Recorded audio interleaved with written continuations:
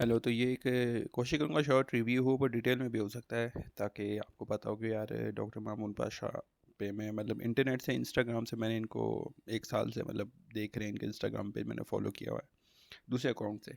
तो मेन चीज़ है कि मैं ये देख रहा था और फिर मैंने इनसे अपॉइंटमेंट ली और मैं कल गया इनके पास। और अपॉइंटमेंट जब आप लेते हो तो आपको मतलब वहाँ जाकर अगर एग्जैक्ट टाइम पे पहुँच जाओ तो ऑब्वियसली आपका काम हो जाता है, और अगर क्योंकि वेट कर रहे होते हैं, अगर देर सवेर हो तो फिर आपका आधा घंटा 20 मिनट वेट करना पड़ सकता है। अब मैं अपना ऑनेस्ट रिव्यू करूँगा कि मैंने क्या कुछ करवाया, क्या मेरा एक्सपीरियंस था, कहाँ मुझे अच्छा नहीं लगा या कहाँ मैं अनकम्फर्टेबल था या कहाँ मैंने क्या फ़ील किया। ठीक है। अब मैं इनका जल्दी जल्दी अगर मैं रिव्यू दूँ तो इनको इंस्टाग्राम पे फॉलो कर रहा था, तो इसीलिए मैंने सोचा कि क्लीनिंग स्केलिंग करवाते हैं, कंपोजिट बॉन्डिंग करवाते हैं और लेज़र वाइटनिंग करवाते हैं, इसे जूम वाइटनिंग भी कहते हैं। तो मेन चीज़ ये है कि फिर हमने क्या किया, मैं इनके पास गया कल।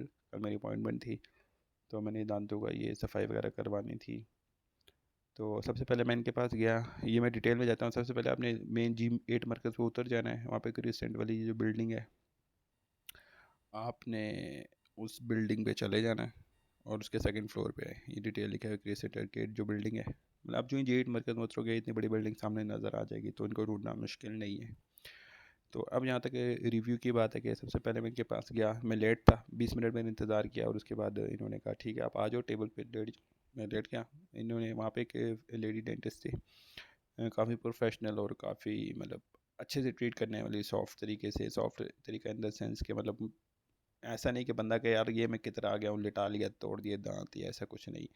उन्होंने बोला क्या करना। मैंने पहले तो मामूद पाशा से मिलने का एक्सपीरियंस बता दूं कि मैं हमारे बंदे से मिला। उसने को मैंने बताया मैं मरीज़ आया हूँ, उसने जगह पूछी, मैंने बताया, ठीक है, हैप्पीली वो मिला, ठीक है, क्योंकि अक्सर रिव्यूज़ में रूड रूड भी लिखा हुआ है।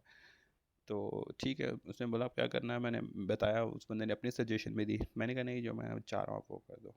ठीक है, उसने कहा तो मतलब मैं लेट के टेबल पे, उन्होंने जो एक फीमेल डेंटिस्ट रखी है उसने दांतों क्लीनिंग स्केलिंग की, 20 मिनट लगे और बड़ी बेहतरीन डीपली क्लीनिंग स्केलिंग की। तो काफ़ी कंफर्टेबल और काफ़ी जल्दी से काम हो गया, मुझे पता भी नहीं चला। और सबसे बड़ी बात है, बड़ी डिटेल में भी मुझे बताया कि यार हम ये कर रहे हैं, ये ऐसा होगा, तो मूवमेंट ना करो या इस तरह, मतलब जो सब बताते हैं ताकि आपको एक किस्म का आप कॉन्फिडेंट में आ जाए, कॉन्फिडेंट में हो जाते हो कि यार ठीक है मुझे हो जाएगा, कर लूँगा, कोई मुश्किल वाली बात नहीं। ये डिटेल में बताना ज़रूरी है।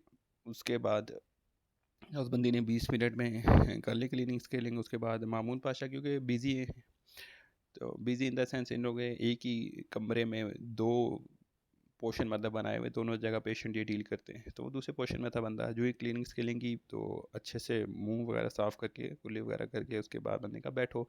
मैं 5 मिनट बैठा हूँगा। तो फिर मामून पाशा दूसरे पेशेंट को डील कर रहा था, बंदा फ़ौरन आ गया। उस बंदे ने फिर जो है ना पूछा क्या करना, मैंने कहा कि कंपोजिट बॉन्डिंग कर दो। तो उसने दांत देखे तो मैंने कहा ठीक है। तो यहाँ पे ये है कि उस बंदे ने मुझे डिटेल में नहीं बताया कि ये आज से होगा या हम ऐसे ही करने लगे, मेरा तो फर्स्ट एक्सपीरियंस था। तो बस उसने कहा लेट जाओ, ठीक है। अगले बंदे ने मेरे ख्याल में 20 मिनट लगाए होंगे तो कंपोजिट बॉन्डिंग कर ली। यहाँ पे मैं थोड़ा अनकंफर्टेबल था, मुझे पता नहीं था क्या कर रहे हैं। और बस अगले बंदे ने समझ घुसेड़ने वाली बात की दांतों में, इन द सेंस कि मुझे डिटेल में नहीं बताया।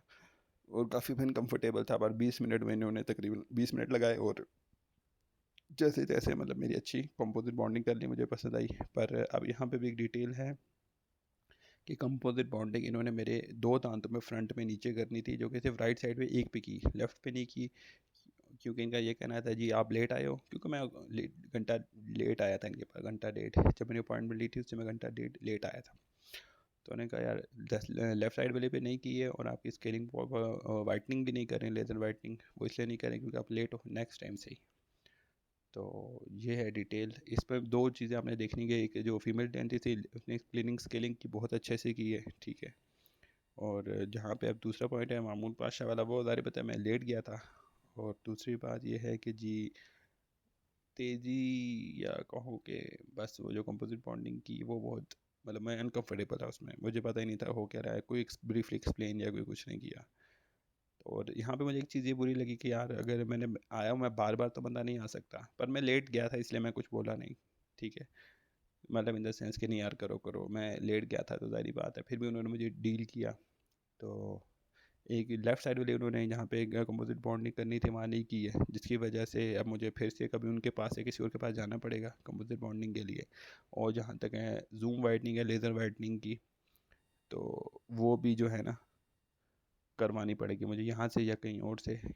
मेरे ख्याल में ये चीज़ मैं अब कहीं और से करवाऊँगा, क्योंकि ये एक चीज़ मैं और एंड में बताऊँगा, ये लोग मुझे क्वाइट ज़्यादा एक्सपेंसिव लगे, बहुत ज़्यादा एक्सपेंसिव लगे। अब यहाँ पे इनकी रेट की बात कर ली जाए तो ये मेरा रिव्यू भी देख सकते हैं कि इन्होंने क्लीनिंग स्केलिंग की जिसमें 20 मिनट लगे और बहुत डीपली अच्छे से की है, जिसके इन्होंने 8,000 रुपये लिए, जो कि मुझे काफ़ी ज़्यादा लगे। 6,000 रुपया या 5,000 रुपया बहुत ज़्यादा हो गया, तो लेना चाहिए था, ठीक है। और जहाँ तक कंपोजिट बॉन्डिंग है उसका मुझे बिल्कुल एक्सपीरियंस नहीं, ना मैंने कभी किसी से पूछा है, पर उन्होंने एक दांत का माइनर से या कंपोजिट बॉन्डिंग का 10,000 रुपया लिया। माइनर सा था, इतना ज़्यादा नहीं था। इसमें इसको 20 मिनट बंदे को लगा इन द सेंस शेप बनाते हुए या इस तरह, क्योंकि मेरा जबड़ा भी अनअलाइन था, लाइन सही नहीं था, तो उस वजह से मेरे ख्याल में 15-20 मिनट लगे बंदे को। तो जो है कंपोजिट बॉन्डिंग है वो मुझे लगा काफ़ी एक्सपेंसिव है, उसके 5-6 हज़ार रुपये बहुत ज़्यादा हो गया, तो अदरवाइज़ इससे भी शायद कम में होनी चाहिए थी। तो मुझे क्वाइट ये एक्सपेंसिव लगे। बाकी हर बंदे का अपना पॉइंट ऑफ व्यू और होता है, पर मेरे पास मतलब वही बात है कि अगर आप पैसों को देखो तो ये एक्सपेंसिव लगे। और जहाँ तक अभी मेरा एक लेफ़्ट साइड पे दांत रह गया और जूम वाइटनिंग वगैरह रहेगी, वो मैं किसी और से करवाऊँगा जहाँ से मुझे रीज़नेबल लगे, या फिर रमज़ान में इनकी कोई ऑफ़र हो या इनसे बात करके अगर ये रीज़नेबल में करेंगे तो इन फ्यूचर इनसे करवाऊँगा। पर मेन चीज़ें मुझे काफ़ी एक्सपेंसिव लगे। बाकी जहाँ तक महमूद पाशा के बारे में लोगों ने रिव्यू लिखा है कि रूड है, तो बंदा रूड नहीं है, हो सकता है बिज़ी होता हूँ। तो अलबत्ता मैं एक चीज़ बोलूँगा, इनसे आपने जहाँ तक एक होता है ना, आप कंसल्ट करने के लिए 1,000-2,000 रुपये देते हो, तो वो मुझे लगता है वो आपको नहीं करवाना चाहिए। उसमें बंदा बिज़ी होता है और आपको मोटी मोटी चीज़ें देख के बताता है। कंसल्ट करने में मेरे ख्याल में 10 मिनट लगते होंगे या 5 मिनट, और आप इसके पैसे दे रहे हो, तो ये कोई सेंस नहीं बनता इस चीज़ का।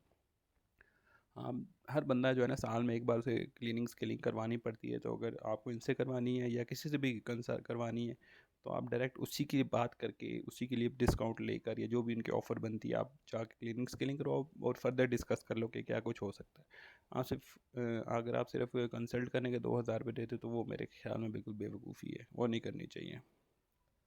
तो ओवरऑल मैंने डिटेल में इतना एक्सपीरियंस बता दिया है, और इन फ्यूचर मैं उनके पास जाऊँगा या नहीं जाऊँगा वो बात वही है कि अगर ये रीज़नेबल रेट होंगे इनके, तो अदरवाइज़ ये काफ़ी एक्सपेंसिव है। जो लोग अफोर्ड कर सकते हैं, एक्स्ट्रा पैसे उनके पास बिल्कुल जा सकते हैं, कोई इशू नहीं है। मैंने बताया कि कहीं कोई इशू नहीं है, बस कि अगर आपको कोई भी ट्रीटमेंट देते हैं तो उससे पहले ब्रीफली एक्सप्लेन कर लें, और ये भी साथ साथ बताएँ कि यार क्या हो रहा है, तो काफ़ी पेशेंट के लिए काफ़ी ईजी होता है, वो कम्फर्टेबल हो जाता है। तो जो फीमेल डेंटिस्ट थी वो काफ़ी प्रोफेशनल थी, उसने काफ़ी डिटेल में क्लीनिंग स्केलिंग से पहले भी बताया और ड्यूरिंग भी बड़े अच्छे से डिटेल में डील किया, तो वो काफ़ी कंफर्टेबली हो गया और काफ़ी अच्छा एक्सपीरियंस था। बाकी कंपोजिट बॉन्डिंग में काफ़ी अनकम्फर्टेबल था, उसमें कुछ समझ नहीं आई कि क्या हुआ यार, बस कुछ एड़े थे, ऐसा फील हो रहा था, पर मैं भी ऐसा ही होता हो। और बाकी मतलब मेरा कंप्लीट प्रोसेस तो नहीं हुआ क्योंकि मैं लेट गया था घंटा डेढ़। और बाकी ओवरऑल ये मेरा एक्सपीरियंस है। इन केस जैसे मेरे जैसे बंदे या किसी ने भी इनको अगर इंस्टाग्राम पे फॉलो किया हो या कोई सोच रहा हूँ मैं इनसे करवाऊँगा, तो डिटेल में एक्सपीरियंस जो हो ना किसी का रिव्यू मिल जाए तो काफ़ी हेल्प हो जाती है, तो मैंने इसलिए डिटेल में बना दिया है। बाकी फर्दर आप लोगों की आसानी हो जाए और इस तरह। ठीक है, होप वीडियो समझ अच्छी लगी। जो भी कोई किसी को मसला परेशानी है तो वो कमेंट कर ले, मैं जवाब दूंगा उसको। और वीडियो को लाइक कर लो, और कोई सवाल है तो कमेंट करके पूछ लो।